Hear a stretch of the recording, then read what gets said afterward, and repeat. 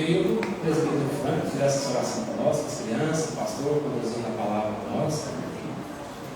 Ó Deus, nós te louvamos, Senhor, nessa noite, pela tua presença, que é tão real, verdadeira no nosso vida. Obrigado pela vida,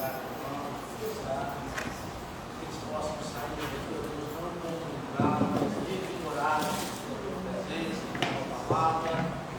Ó Deus, queremos colocar essas crianças na frente do Senhor. Amém. Pessoas, Deus, esteja com as mãos de maneira muito poderosa. Ó Deus, te agradecemos por tanto que o Senhor tem feito. Queremos colocar diante do Senhor a vida do pastor Israel. Deus, o Senhor possa usá-lo poderosamente. Que a palavra do Senhor possa fluir nas nossas mentes, no nosso coração. Muito obrigado, fique conosco, em nome de Jesus.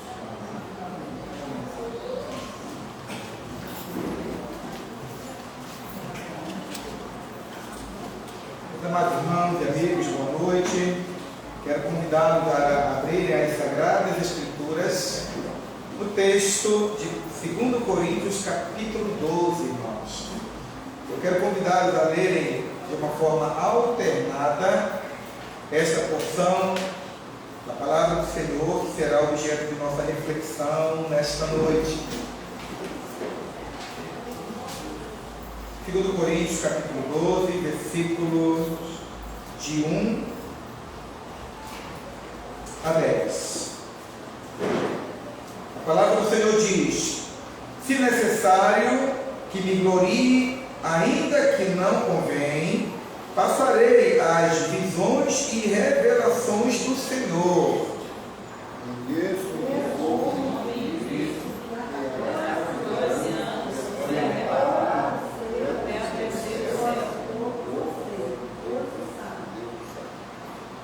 E sei que tal homem, se no corpo ou fora do corpo, não sei, Deus o sabe.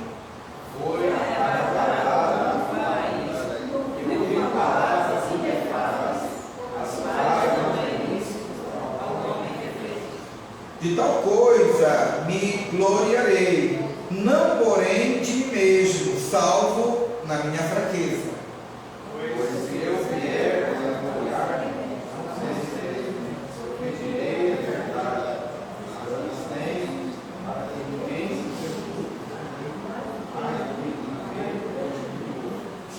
E para que não me ensoberbecesse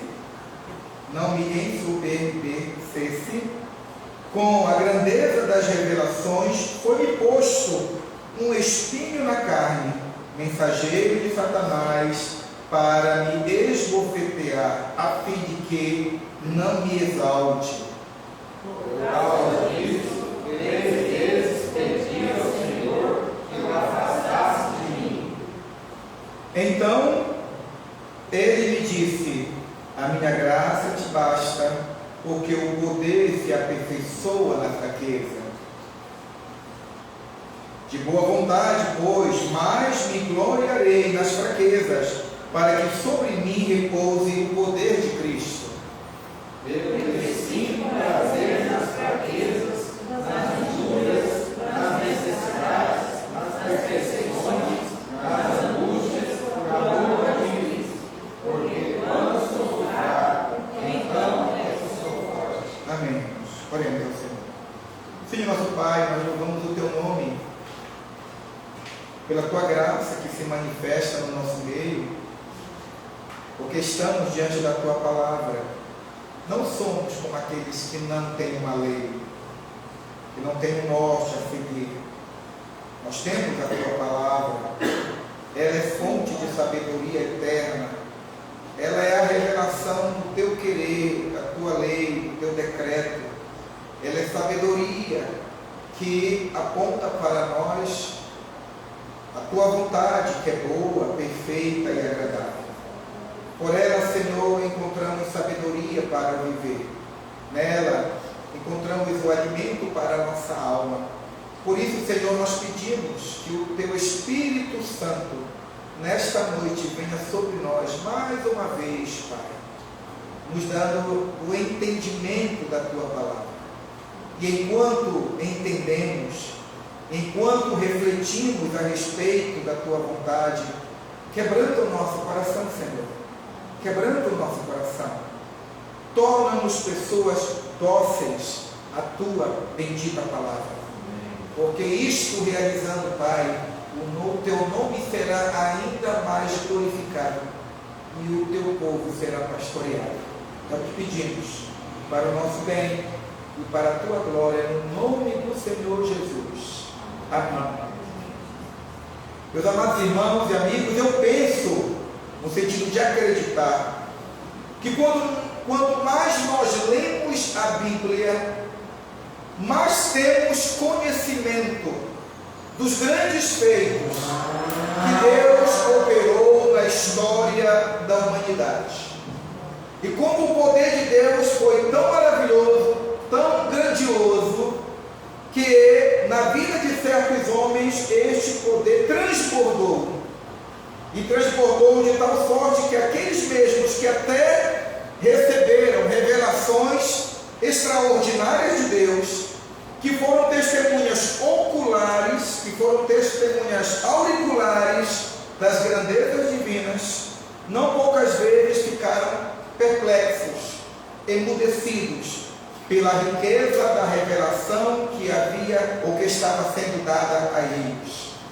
Nós podemos falar, por exemplo, a respeito de Abraão. Quando Deus chamou Abraão, disse: em ti serão benditas todas as famílias da terra.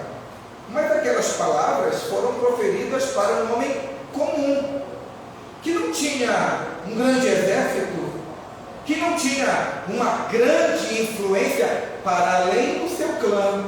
Mas as palavras foram grandiosas: em ti serão benditas todas as famílias da terra.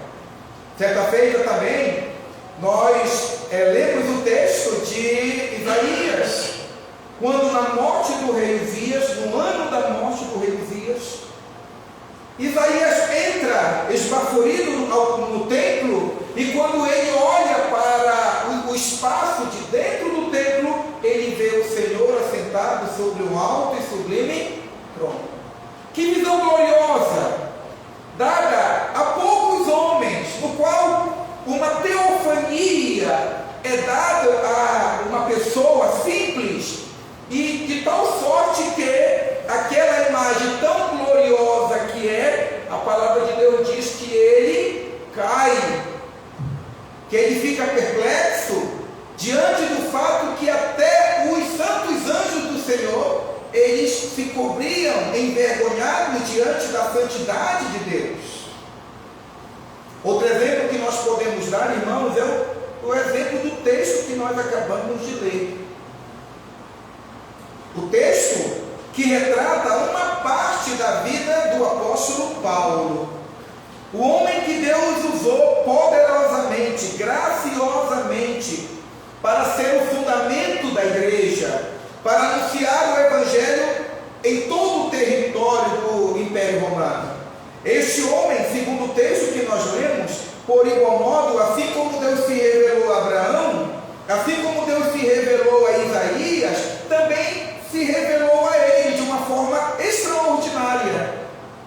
A palavra de Deus diz que ele mesmo, com toda a modéstia, escolhendo palavras para que ele não pudesse se gloriar diante dos fatos que ele presenciou, ele diz: se é necessário que me glorie, ainda que não convém, passarei as visões e revelações do Senhor. E ele diz então nesse texto, nesses primeiros versículos, que a ele foi dado a graça de ir ou ser arrebatado até um local que ele designa como o terceiro céu, e que neste local celestial ele ouviu coisas inefáveis, coisas maravilhosas, que aos homens não seria dado a condição de ouvir e entender, mas havia sido dada a ele esta graça. E aí, irmãos, eu entendo que esses textos bíblicos, eles enchem os nossos olhos. Eles enchem os nossos olhos. Porque eles revelam uma maneira graciosa graciosa e maravilhosa pela qual Deus se revela a homens e mulheres na história da sua revelação. Mas esses textos que nós conhecemos, eles vêm acompanhados de um efeito que pode ser danoso para a nossa vida espiritual. O registro desses textos bíblicos foi dado, o registro, com uma finalidade: nos instruir, nos orientar, nos mostrar como Deus se revela àqueles a quem Ele ama. Mas há um perigo que repousa no registro da nossa mente quanto a esses fatos. O problema não está no texto, o problema está em nós, e eu vou explicar o motivo. Nós flertamos com a idolatria, mesmo quando nós não percebemos. Como assim? Não são poucas as vezes, irmãos, que eu, na minha caminhada cristã, conversando com alguns irmãos, pude detectar que alguns irmãos, quando falavam a respeito de Abraão, de Isaac, Jacó, Davi, quando falavam a respeito de Josué, quando falavam a respeito dos apóstolos, falavam deles de uma maneira tão exaltada, colocavam eles num pedestal tão elevado, que nada sobrava para eles quanto ao sentimento de que Deus poderia se revelar também a estes irmãos. Como que dizer, não, Deus se revelou a Moisés, não, Deus revelou a sua vontade a Josué, não, Deus se fez presente na vida de Isaías, não, de fato, Deus operou sinais e prodígios por meio dos santos apóstolos. E esses irmãos vão criando toda uma áurea no que toca a vida desses santos homens e mulheres de Deus, que ao que tudo indica, tudo que Deus poderia realizar a favor dos homens, e através dos homens, Deus o fez somente por meio desses que estão registrados nas Sagradas Escrituras. Parece que a graça divina se esgotou, se esvaziou naquele tempo, e que para nós não há nada para nós nesses dias. É apenas um ato de crer no Deus que se revelou lá, mas nós somos tão pequenos, nós somos tão incrédulos, nós somos tão mínimos diante da envergadura espiritual desses homens, que quanto a nós seria impossível nós experimentarmos essas graças que Deus concedeu a estes homens. Então a orientação que eu dou nesta noite, a primeira orientação nesta noite é a seguinte: todo texto bíblico é um texto instrutivo, todo texto bíblico é um texto para nos ensinar, para nos doutrinar. Todo texto bíblico, Deus, Ele registrou para que nós pudéssemos receber a orientação divina a respeito daquilo que Ele faz, como Ele faz e com quem Ele faz as coisas. Se nós olharmos a história de todos esses homens que eu citei rapidamente, nós vamos ver que eles eram tão frágeis como nós. Não havia especialidade em Abraão. Abraão, ele veio ser o pai da fé. Ele veio a ser um homem de fé contínua, perseverante e madura. Mas até que ele viesse a ser um homem que confiasse plenamente em Deus, ele passou pelos altos e baixos daquilo que é próprio do ser humano. Quando nós olhamos o profeta Isaías não era um anjo. Era um homem que carregava consigo a nossa própria natureza humana caída. O que fez diferença na vida de Isaías foi que o Senhor se revelou a ele. Ele viu o Senhor sobre um alto e sublime trono, porque Deus graciosamente se revelou a ele. Portanto, não há qualitativamente diferença entre qual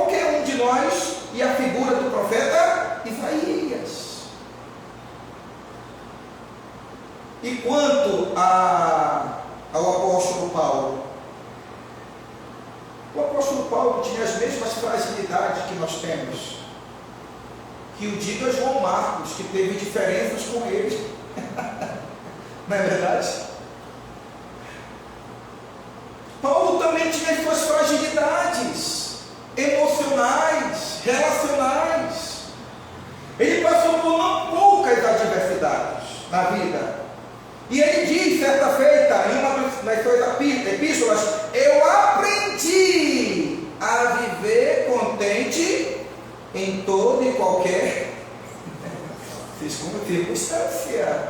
Eu aprendi. Se ele diz, se ele escreveu eu aprendi, é porque para ele a vida cristã foi um processo no qual a graça divina operou nele para que ele amadurecesse.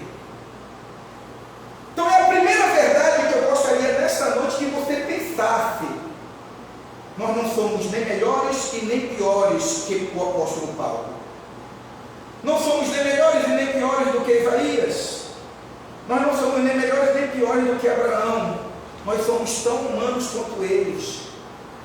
E existe uma graça divina, e existe uma intervenção divina na nossa história, como também houve na história desses homens. Nós precisamos acreditar nisso, irmãos. Porque a saúde espiritual, a nossa saúde espiritual depende disso. Se o cristianismo para nós é apenas uma questão de uma afirmação teórica, de postulados teológicos, o cristianismo que nós professamos por si mesmo já está morto, é árido, não tem sentido nenhum.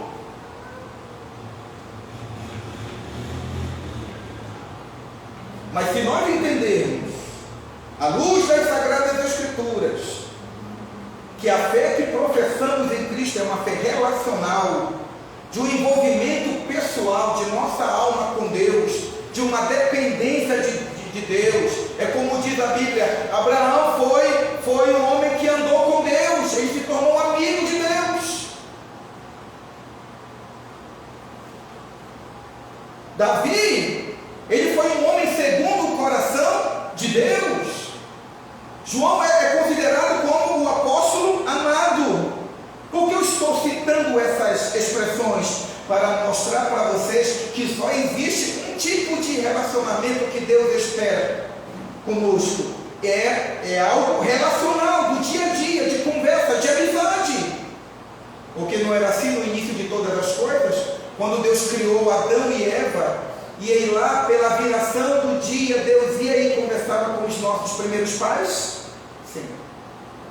Então a primeira verdade é essa: Deus, ele continua se manifestando na história da humanidade. Existe uma graça, existe uma intervenção, existe um cuidado, existe uma providência divina a teu favor. Quanto mais você entender que a fé em Cristo deve ser traduzida em um relacionamento vivo com Ele, mais facilmente você vai ver Deus dirigindo a sua vida nas mínimas coisas. E Deus também se manifestará a você, revelando coisas profundas a respeito da sua doutrina, a respeito da palavra e de coisas muito específicas da sua vida com a qual você luta e milita diariamente. Quanto mais você se distancia de um relacionamento real com Deus, mais distante fica a possibilidade de você ver Deus agindo na sua história e ouvir Deus falando também ao teu coração, quer seja pela Sagrada Escritura, quer seja no momento da oração. Se o que eu faço agora, observem isso, a verdade disso. Se o que faço agora é apenas um discurso, a única coisa que você pode achar interessante é a oratória, a retórica e a cultura daquele que fala. Não é verdade? E você dirá assim: como ele fala bem, que cultura é daquele homem, ou como certa vez alguém disse para Paulo, né? Paulo, falas como louco, mas muitas palavras te fazem delirar.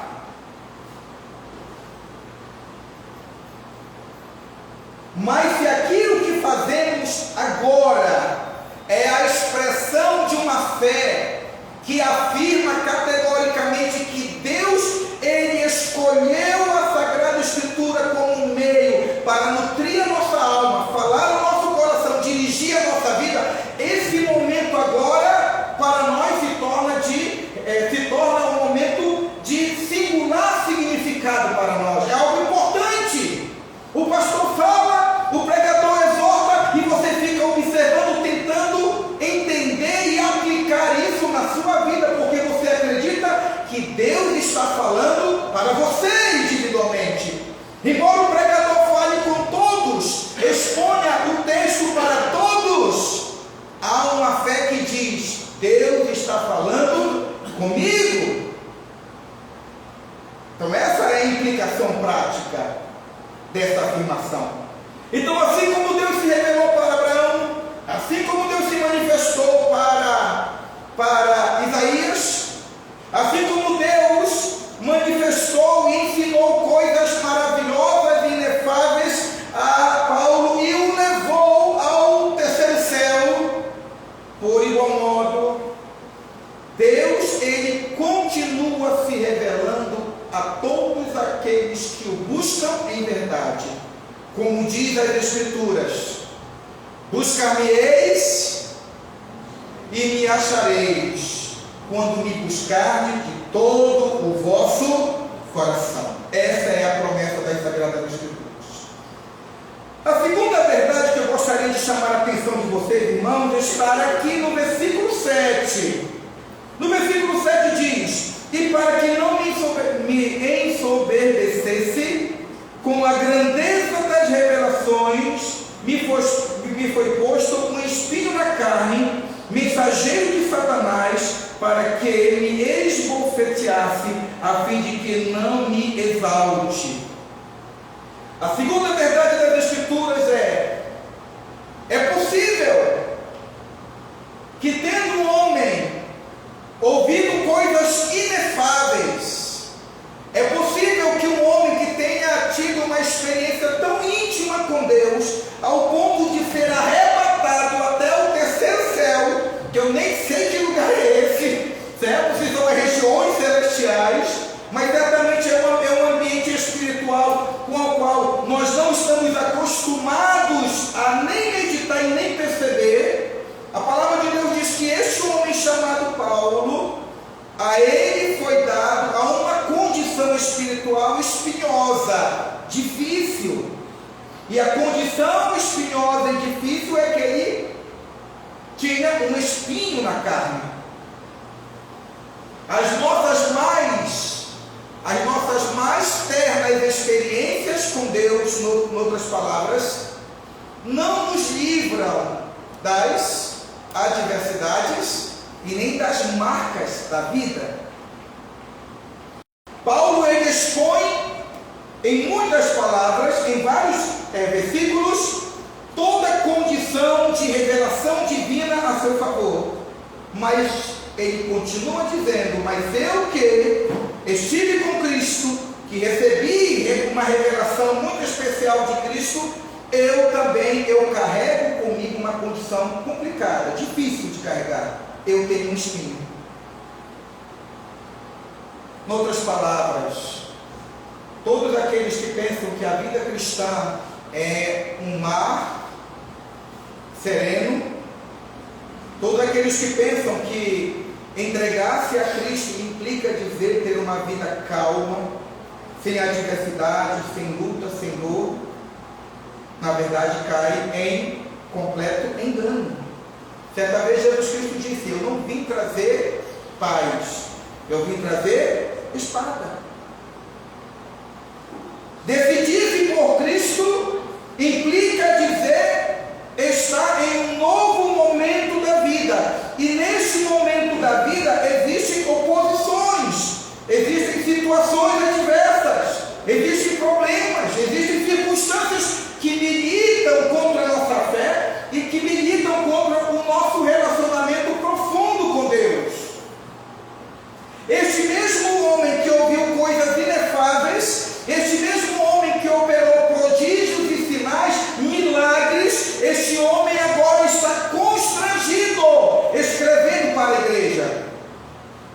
constrangimento dele? O constrangimento dele é que ele, na vida dele, no ministério dele, ele se via de contínuo diante de um mensageiro de Satanás que o esbofeteava diariamente.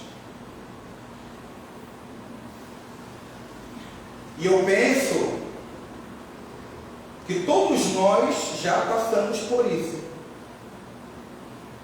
Todos nós. E eu não estou aqui para minimizar as situações da vida.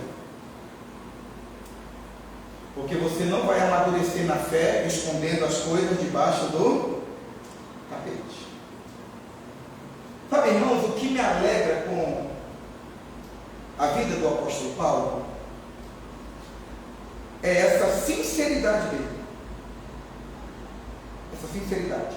Foi essa sinceridade de Paulo que redimiu a minha vida quando eu era adolescente. Rodeado de não poucos temores e fantasmas, carregando não poucos pesos, eu li Romanos que dizia: o bem que quero fazer eu não faço, o mal está sempre diante de mim. Você pode decidir, porque você tem essa livre agência, você pode decidir viver escondendo-se dos seus demônios. Você pode decidir viver diante das pessoas de uma maneira como se tudo vai bem, como você estivesse acima do bem e do mal, como se fosse um super-homem, uma super-mulher, não sujeito às fraquezas desse mundo. Mas Deus sabe o quanto nós somos como Naamã, que diante dos outros, forte, destemido, com toda a armadura de rei, mas quando chega em casa e vai para o seu quarto, rodeado de lepra. Existem muitas pessoas assim, irmãos. A questão é se nós vamos insistir em viver assim. Existe uma graça divina, uma graça restauradora, existe uma graça perdoadora, existe uma graça divina que é dispensada a todos aqueles que se igualam ao apóstolo Paulo. De que maneira? Na maneira clara, franca, honesta, de dizer: eu ouvi coisas inefáveis.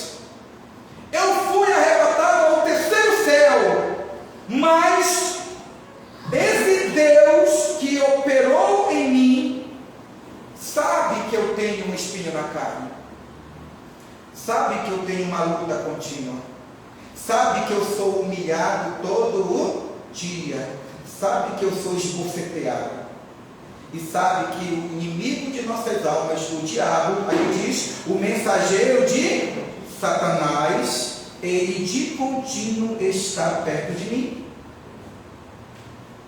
Quem é maduro nesta noite? Quem é maduro nesta noite para dizer que a sua vida não é igual, mas pelo menos é semelhante com o apóstolo Paulo? Quem aqui não tem as suas frustrações? Quem aqui, como eu já disse anteriormente, não tem os seus demônios? Quem aqui não é fustigado na consciência, nas lembranças concernentes às coisas do passado? Ou quem não é, quem não será daqui, amanhã, ou hoje, ou daqui a 10 anos?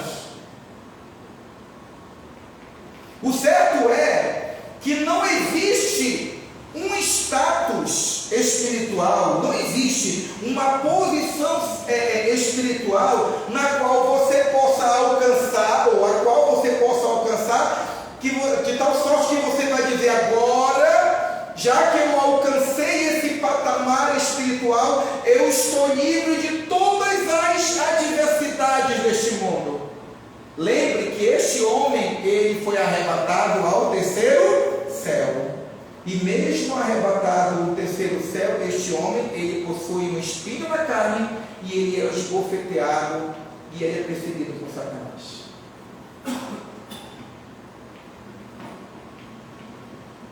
De onde procedem? Ou de onde procede a atual condição emocional na qual o mundo e não poucas pessoas da igreja hoje se encontram? Muitas fragilidades, elas estão presentes na alma. Muitas fragilidades. Hoje nós temos cada vez mais frequente o número de adolescentes em depressão, tomando ansiolíticos.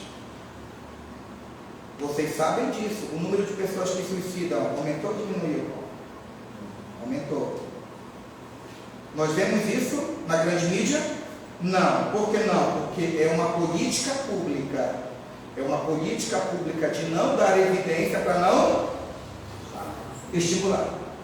Mas todos nós sabemos. Você conhece mais de uma pessoa, duas, que já tentou ou já efetivamente executou.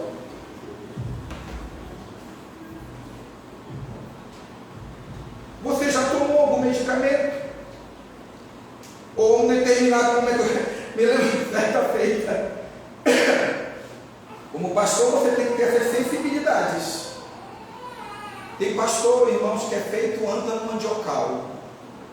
Já viu uma ântano mandiocal, irmãos? Certo? Você acredita que diante de um mandiocal, a anta vai chegar aquele mandiocal bonito, verdejante, vai pegar uma mandioquinha, né? Certo? Vai colocar assim, aí vai sair saltitante pelo mandiocal, comendo uma e outra. Diga lá, irmão Frank, como é que é? Não é verdade? Sem sensibilidade nenhuma. Sem sensibilidade nenhuma. Então existem pessoas que são como ântano mandiocal, ou pastores. E aí, meu irmão, como é que vai? Tudo bem? Meu irmão diz, tudo bem. Aí começa a levar. Não é verdade? Começa a levar. Como assim? A quantidade de casca. O pastor diz assim, bem, ocorreu alguma coisa. Primeiro, o irmão não comprou o anticaspa. Né? Pode ser isso. Segundo, esse irmão pode estar numa situação tão difícil que o cortisol pegou o corpo dele e ele está com um número mais elevado de caspa. Ou, e aí, irmão, como é que tá? Tô bem. O olho pisca, né? A boca retrai e ele diz que está tudo bem. Enquanto que qualquer pastor que não seja uma anta no mandiocal vai dizer: esse irmão está precisando de oração, precisando ser pastoreado. A pergunta é: você deseja ser pastoreado? Você deseja ser pastoreada? Você quer assumir diante de Deus as suas fragilidades? A sua alma está até aqui querendo gritar, e você mesmo com as próprias mãos está fazendo o que com a sua alma? Silencia. Não fala, você vai se expor. Percebem? Eu fico com Paulo. Eu tenho espinho. Eu fico com Jesus. A minha alma está profundamente triste até a morte. Por que você não aceita que você é tão frágil contra outras pessoas? Paulo, ele diz que o seu ministério, embora por nós visto, né, na nossa idolatria, lembra que eu falei no início da exposição? Na nossa idolatria, o apóstolo Paulo, o apóstolo dos gentios, né, operando sinais, escrevendo a palavra de nosso, é um homem de Deus. Ele foi até o terceiro céu, ele ouviu coisas inefáveis de Deus, é um homem consagrado a Deus. Não nego isso.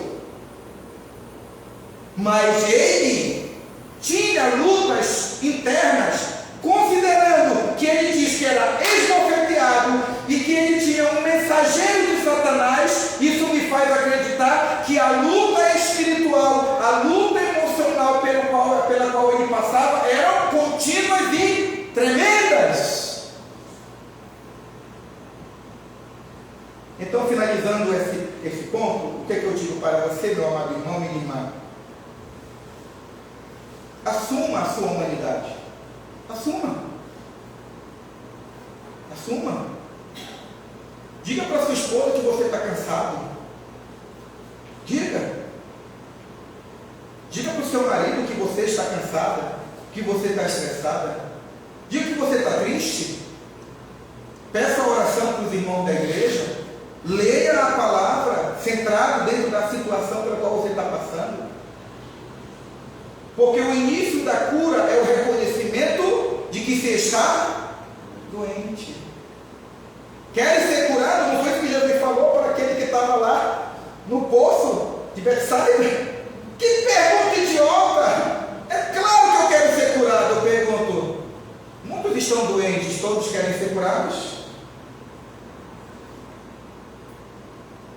Nós sabemos que não. Então assuma, meu irmão, assuma, minha irmã. Então eu pergunto, qual é o espinho na sua carne? Eu não sei. E eu dou graças a Deus, sabe o que é? É que Paulo não diz qual é o espinho. Eu fico muito feliz, porque isso, considerando que o espinho não é dito qual é, ele se aplica a qualquer situação nossa, a qualquer situação. Se for uma situação econômica, não sei se era econômica. É uma situação relacional? Não sei. Era porque Paulo ficava lembrando das maldades que ele havia feito contra a igreja, né? Antes da sua conversão. Pode ser, na verdade. Isso poderia ficar na mente dele. Existem pessoas que cometeram coisas no passado que foram incapazes de se perdoar. Enquanto que a palavra do Evangelho qual é? Se confessarmos dos nossos pecados, Ele é fiel e justo para nos perdoar os pecados e nos purificar de algumas injustiças ou de todas as injustiças? De todas. Errais não conhecendo as Escrituras e nem o poder de Deus. A Escritura diz que é perdoado, a Escritura diz que em Deus há profusão de perdão e perdão perfeito, e a pessoa fica carregando ainda um peso que não lhe pertence. Então não importa a situação, essa palavra se aplica a cada um de nós. A cada um de nós. A grande questão hoje, ponto pacífico, a grande questão é se você nesta noite vai colocar o espinho na carne no altar do Senhor. É isso. Uma outra verdade do texto, irmãos, que nós precisamos ponderar aqui. A palavra de Deus diz que esse espinho na carne, mensageiro de Satanás, que esbofeteia Paulo, de contínuo, em situação como essa, Paulo diz, por causa disso, 3 vezes pedi ao Senhor para que o afastasse de mim. Veja o seguinte, o apóstolo Paulo era um homem de oração.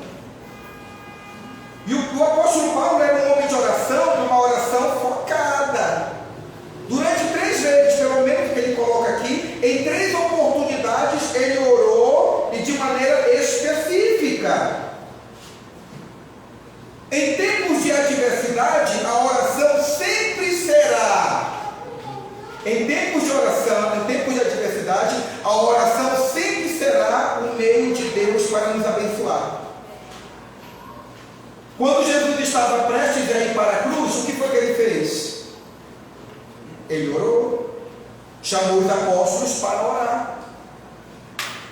Então, se nós temos um espinho na carne, se passamos por alguma adversidade, se algo de contínuo nos acusa, nos maltrata, nos esbofeteia, o que nós devemos fazer? Orar, pedir a Deus que intervenha na nossa vida, que nos liberte, ou que dê para nós, observe, que nos liberte, ou que nos dê uma outra concepção, uma nova percepção daquela situação. Por que eu digo isso? Porque aquele que ora deve lembrar que Deus sempre responde. Sabe aquela historinha? Ah, Deus não respondeu a minha oração. Tome cuidado com isso. Porque o maior interessado que nós oremos, quem é? É Deus. Quem manda para nós o espírito de oração? Quem nos motiva a orar? É o Espírito Santo. Ele que opera em nós, tanto querer quanto o realizar. Então, enquanto tu oras, é porque você está respondendo positivamente à ação do Espírito Santo na sua vida. Então, esse Deus que diz, ora, que capacita você a orar, e aí você começa a abrir os seus lábios, você tem que lembrar que esse Deus, ele vai responder para você sempre. Ele sempre responde. Claro, você vai dizer, mas está lá no Salmo, Senhor, por que tu ouvidas de mim, por que tu te escondes? Eu pergunto, isso é a doutrina a respeito da oração, ou é o desespero do salmista mostrando os seus sentimentos? Entendeu? Os salmistas estão colocando os seus sentimentos, né? A tristeza, o desespero, Senhor, por que tu esqueceste de mim? Ele não se esquece de nós, mas o salmista escreveu lá, era o sentimento dele. Então eu digo para vocês, no tempo da adversidade, ore, e quando você orar, se prepare para receber a resposta. Por que eu estou dizendo isso?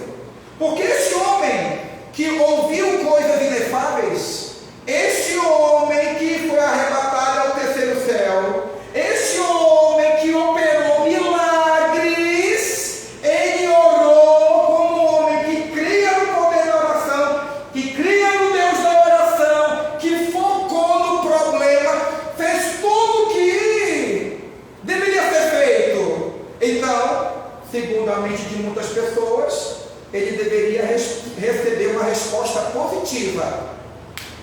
Pronto, o espinho vai ser tirado. Ou foi tirado, Paulo, porque você orou com perseverança, você orou crendo em mim, você foi humilde para reconhecer a sua necessidade. Foi essa a resposta? Não, não foi. Não foi. Por isso eu estou a dizer para vocês, meus amados irmãos, se tu oras, tu tens que estar preparado para a resposta de Deus. Qual foi a resposta de Deus para Paulo?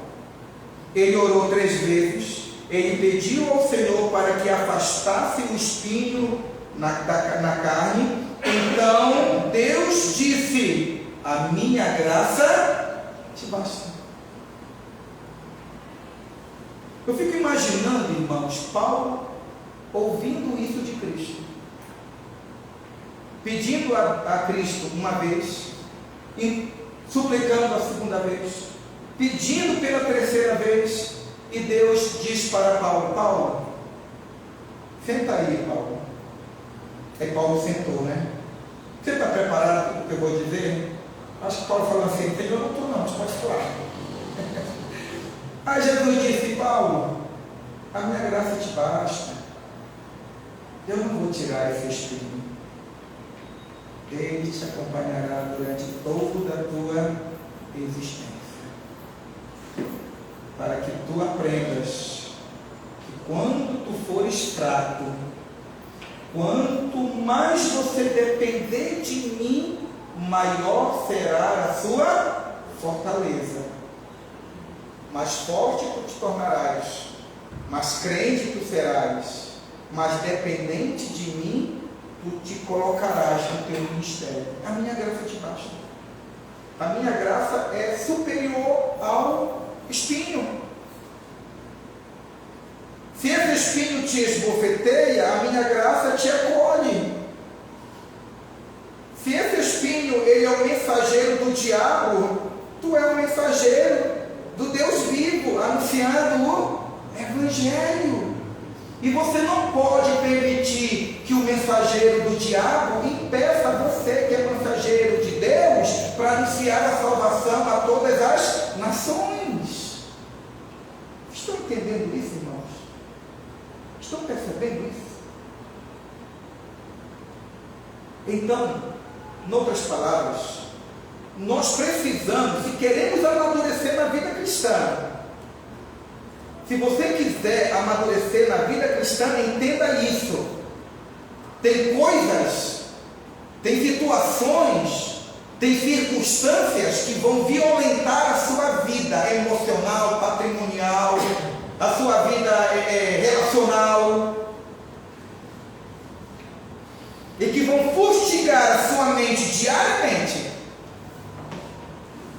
Nessas situações, você vai orar, você vai jejuar, você vai buscar a Deus, e Deus vai manifestar o seu poder de uma forma maravilhosa. E aquilo que anteriormente havia como opróbrio, vergonha, como perda, o Senhor fará como Ele fez com Jó, dando o dobro de tudo que ele possuía. Deus fará isso? Amém? Mas pode ser, é possível. Não somos nem melhores e nem piores que Paulo. Pode ser que um dia, após dias, semanas, meses ou até anos, você diante de Deus cansado, triste, abatido, você mais uma vez ora, pedindo a Deus que determinada circunstância, situação ou problema lhe seja extirpado. Você está preparado para ouvir de Cristo a palavra minha graça te basta? A tua fé em Cristo é madura a tal ponto de perceber isso? Ou Cristo só vale a pena na vitória? Cristo só vale a pena no milagre? Cristo só vale a pena quando as situações difíceis são retiradas da sua história. Existe um fim didático na adversidade. Existe um fim didático na adversidade. Não é a primeira vez que Deus faz isso na história. Lembra quando Deus chamou Jacó? Lembra? Quando ele passou pelo vale de Jaboque e ele lutou com Deus, e Deus que fez com ele só deu uma cutucada aqui no quadril dele, certo? Foi só com o dedo mentinho, né? Não, ele caiu lá, e aí lá, quem és tu, qual é o teu nome? Diz o teu nome, porque o nome revelava, certo, o caráter daquele com quem se conversava. E Deus lá mesmo abençoou ele. Ele saiu abençoado, não é verdade? Saiu abençoado, mas como? Todo arrebentado, mas saiu abençoado. Irmãos, eu penso que esse momento do Val de Jaboque ficou marcado de uma forma indelével na mente e no coração de Jacó. Quando ele disse, eu estive com o Senhor porque a minha vida foi salva. Toda vez quando ele se levantava da cama para andar, certo? A dificuldade de andar dele, ele relembrava daquele Deus que poderia fulminá-lo, mas teve misericórdia dele, sustentou a vida dele, restaurou a vida familiar dele e o tornou um homem de família, a tal ponto que antes da sua morte ele deu um grito: todos os filhos de Israel compareçam na sua casa, e nenhum ficou fora. Todos compareceram e deram uma palavra de despedida para aquele homem. Ele abençoou cada um dos filhos, não foi isso? Abençoou cada um dos filhos. E a Bíblia diz que após abençoar cada um dos filhos do Senhor, o recolheu para o seu povo. Mas ele durante toda a vida, Jó, digo, vocês acham, irmãos, que Jó esqueceu de seus filhos?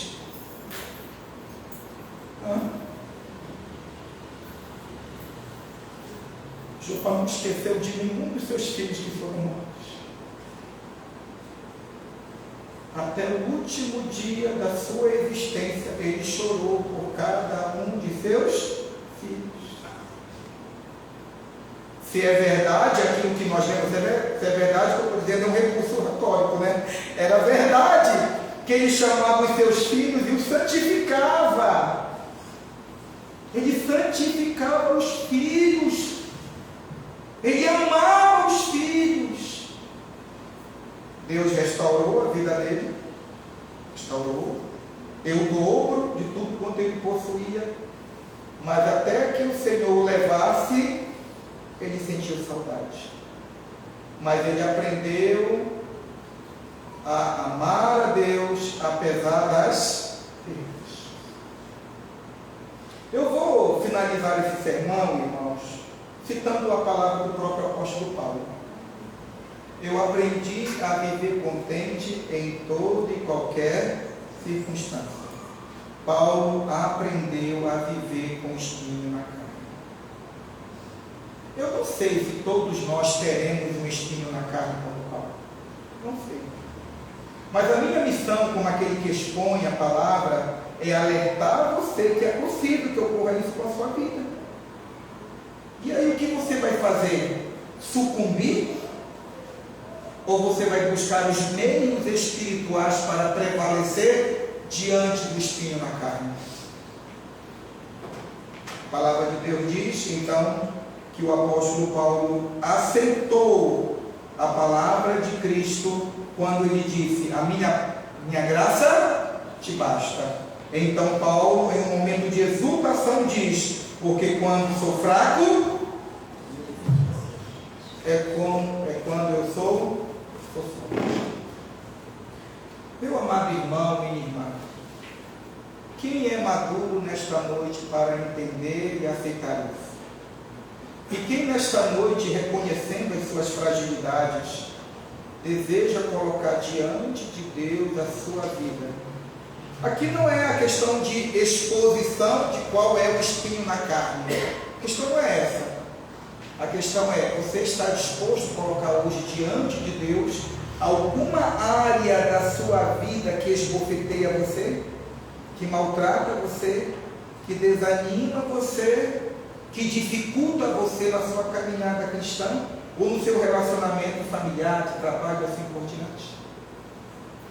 Quero fazer um convite a você. Nesta noite eu gostaria de orar por você. Se você, à semelhança de Paulo, percebe que precisa colocar alguma coisa muito específica diante do altar do Senhor, para que os pastores e os presbíteros orem pela sua vida, eu quero fazer esse convite. Aqui na frente, eu gostaria de orar por você, pedindo que Deus ministre a sua graça, a graça que basta sobre a sua vida. Vamos orar? Quero chamar os presbíteros da igreja para que venham na frente e vamos fazer esta oração, irmãos. Coloque diante de Deus a sua vida. Eu não sei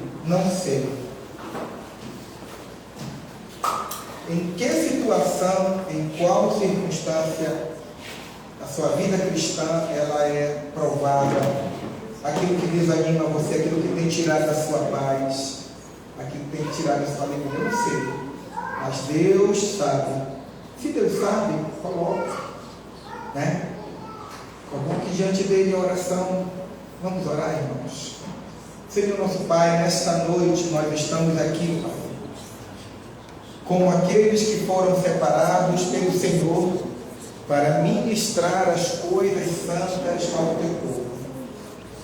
Senhor nosso Pai, no nome de Cristo Jesus, nós declaramos na tua presença, Senhor, que nós somos pobres e necessitados, mas que o Senhor cuida de nós. Declaramos na tua presença, Senhor, que temos a mesma disposição do apóstolo Paulo, de reconhecer as nossas fragilidades, e reconhecendo as nossas fragilidades no teu altar, Senhor, nós acreditamos que existe uma palavra do Senhor, uma palavra bendita, uma revelação do Senhor para a nossa vida, Senhor.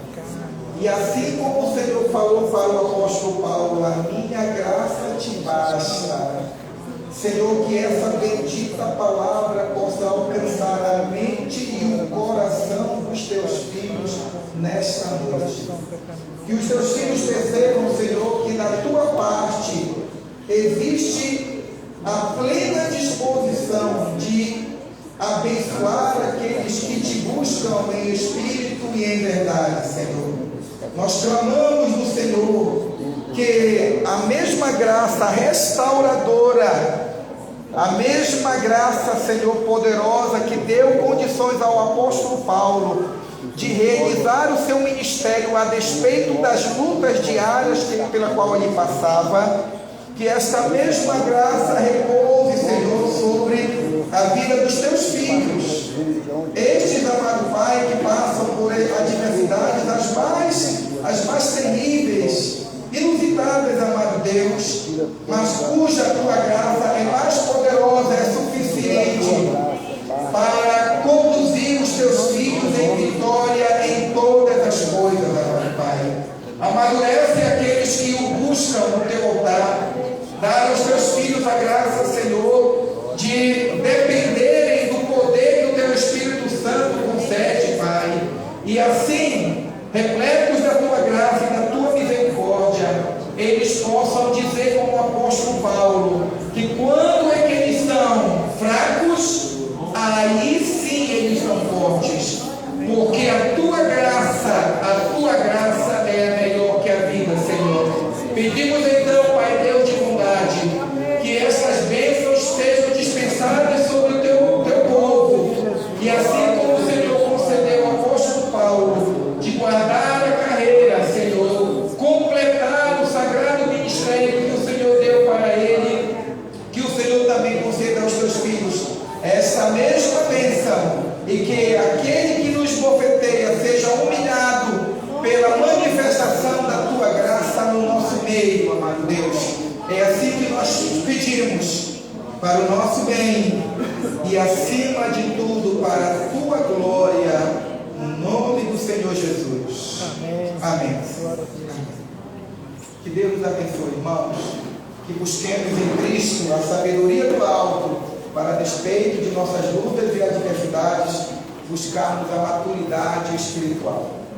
Amém.